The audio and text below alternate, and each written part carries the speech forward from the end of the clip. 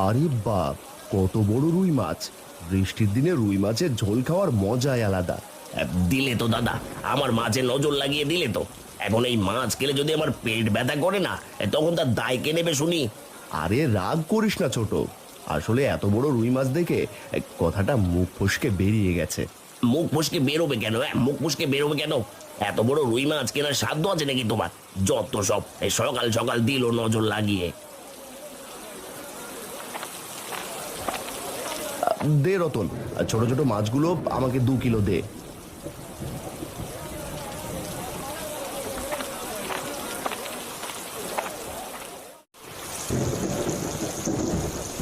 এ কি রে টুম্পা, রুই মাছের ঘ্রাণ পেয়ে চলে এসেছিস নাকি? না না কাকিমা, আমি রুই মাছের জন্য আসিনি, আমি তো এদিক দিয়ে বাড়ি ফিরছিলাম। হয়েছে, আমাকে আর মিথ্যে বলতে হবে না। যখনই এই বাড়িতে ভালো মন্দ রান্না হয় তখনই তুই চলে আসিস, সে আমার ভালো করেই জানা আছে। তুমি ভুল বুঝছো কাকিমা, আমার বাবাও আজ বাজার থেকে রুই মাছ আনবে।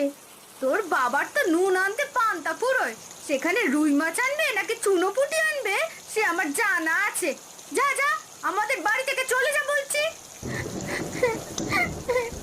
এখনই চলে যাচ্ছি কাকিমা। দেখো, আমার বাবাও একদিন অনেক বড় রুই মাছ আনবে। এই নাও গিন্নি, সকাল সকাল বাজারটা করে নিয়ে এলাম, এবার তাড়াতাড়ি রান্না করে ফেলো। হ্যাঁ গো, এখনই রান্না করছি। তা আজ কি মাছ এনেছো? আজও ছোট মাছ এনেছি গিন্নি, ওগুলো তুমি।